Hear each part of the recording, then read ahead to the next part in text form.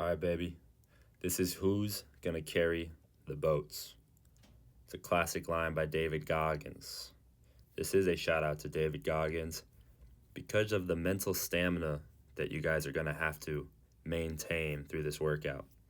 All you need is an implement, only one, because we're gonna do a suitcase carry.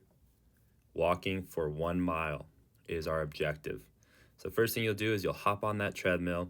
You want to turn the incline up all the way. So it's going to be at 15-degree incline.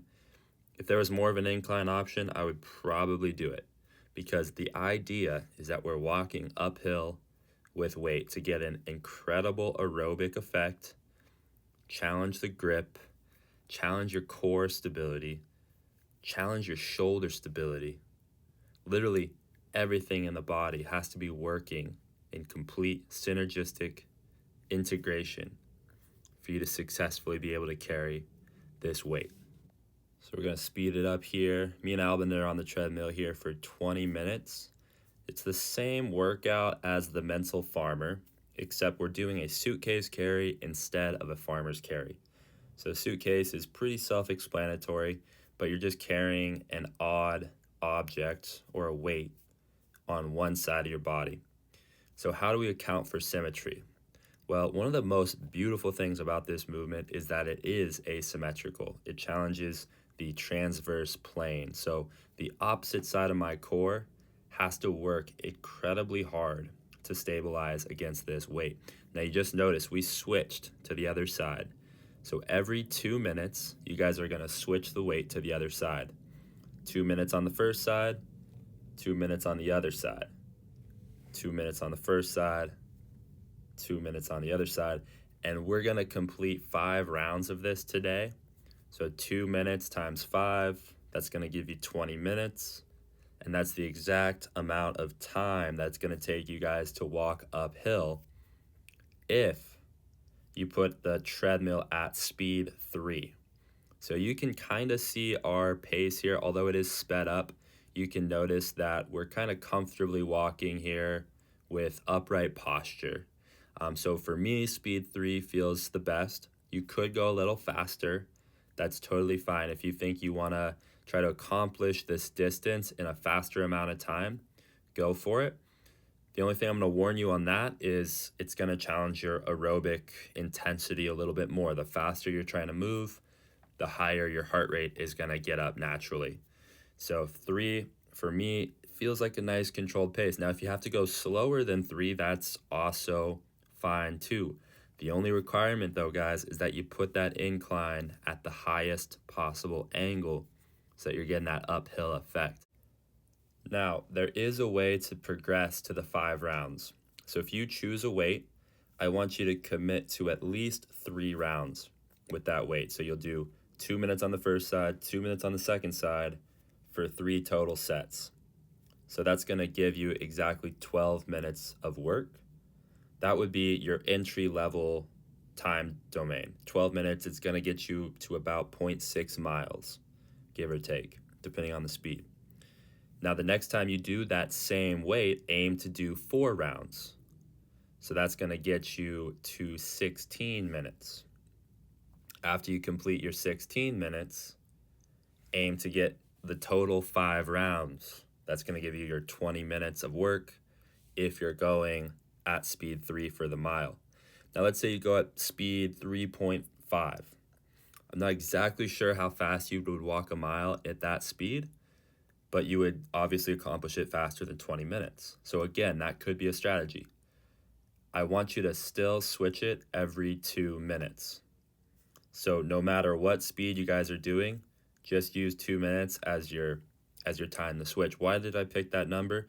Well, it's a nice even number, of course, but 2 minutes is a challenging time domain. That's a classic time domain that is going to challenge your guys' endurance of the musculature to be under this type of tension. If it was just a minute, I don't feel like you guys would really be getting into some of this like later stages of muscle fatigue that a 2-minute interval is going to provide each time. And when you guys do this for yourselves, you'll see exactly what I'm saying. A minute will go by and you're like, oh man, I got another minute. This is hard. And that's, of course, the goal is to challenge you guys, challenge your body, challenge your mindset. And doing hard things is what that is all about. So what's the best way to determine the weight for this? I would look at the mental farmer. If you guys have completed that workout already, think about what weights you used. And if you were successful in your mile uphill, realize that this is going to be the same mile uphill. It's the same 15-degree grade that I recommend for you guys to do in the mental farmer. So when I thought of that, I was like, well, I carried 50 pounds up that hill. I'm going to carry 50 pounds up that same hill, but I'm only going to do it one side at a time. So that one side at a time that the suitcase carry provides is the unique challenge. So the variability from this workout compared to the mental farmer is that we're just doing a different movement pattern, this being the suitcase carry rather than the farmer's carry. And that's what provides the unique challenge from this workout to the other. But extrinsically, it's about the same workload. You're doing the same distance at the same speed and the same incline. You're just doing it in a less efficient way. Carrying one side at a time is less effective and efficient because you're taxing the body more. You're using more muscle to do the same work. So ironically, I'm actually encouraging you guys to do this in a less efficient way to get a specific training adaptation. Just like anything you guys have not done before, start with a conservative weight and just aim to do 3 rounds. After 3 rounds, do 4 rounds. After 4 rounds, do 5 rounds. Once you're doing the whole mile and the whole 20 minutes, you can up the weight. So that is our incremental progression. If I do all 5 rounds, which I do here today, I can now up the weight and try 3 rounds if I want to go heavier. If you guys want to go longer, just do another couple rounds. So if I wanted to do this workout again, I could aim to do 6 rounds to make it tougher. That would bring me to 24 minutes of work and a little bit over a mile. Now for me, with my training goals, I don't know how useful it is to be able to carry more weight.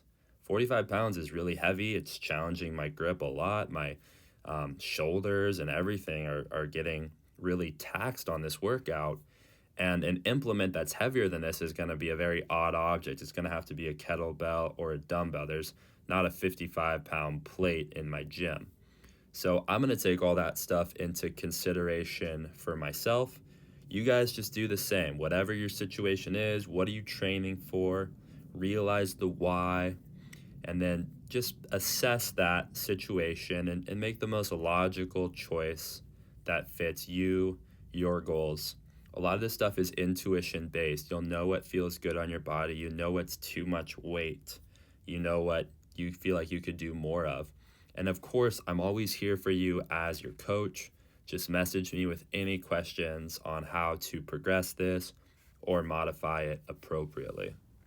Another way to up the intensity for this workout doesn't even have to be with the weight. It could just be the speed that you're moving. So we mentioned this earlier. But instead of making the weight heavier, I could just do the same workout next time at speed 3.3. So it's just a little bit faster, and I could aim to do the same 20 minutes. So in that same duration, I accomplished more work. This is a definition of intensity. This is how we can increase intensity. So get creative with it, guys. You can do a lot of different things here. This is a really good structure, I believe, of a workout to start with. There's a goal that's encompassed in this workout. You have to be mentally strong. There's a very huge physical challenge here and an amazing stimulus. So me and Albinette here are both on our final round. I remember this being incredibly tough. Me and Albinette have been talking to each other the entire workout, just kind of saying things to each other to get our heads right, because it took a lot of focus and a lot of breath for each of us to get through this work. And here we go. We switch to the final side. 2 more minutes. We can see the village over the hill at this point. We've been carrying water for a mile for our tribe. and there's no way that we're going to quit right now. Who's going to carry the boats? If you were carrying a boat, it would resemble this movement pattern. I don't see how else you would carry a boat. It's on one side. That is an ode. But mostly it's an ode to the mental fortitude that you guys will all have to maintain if you decide to put your head down and do the work. But I'll tell you right now, this might be one of the hardest things you guys have ever attempted if you're doing a challenging weight for yourself and maintaining this intensity. A lot of you are going to quit the first time, but if you just focus on the task at hand and stay in the moment, I know all of you guys are going to do just fine.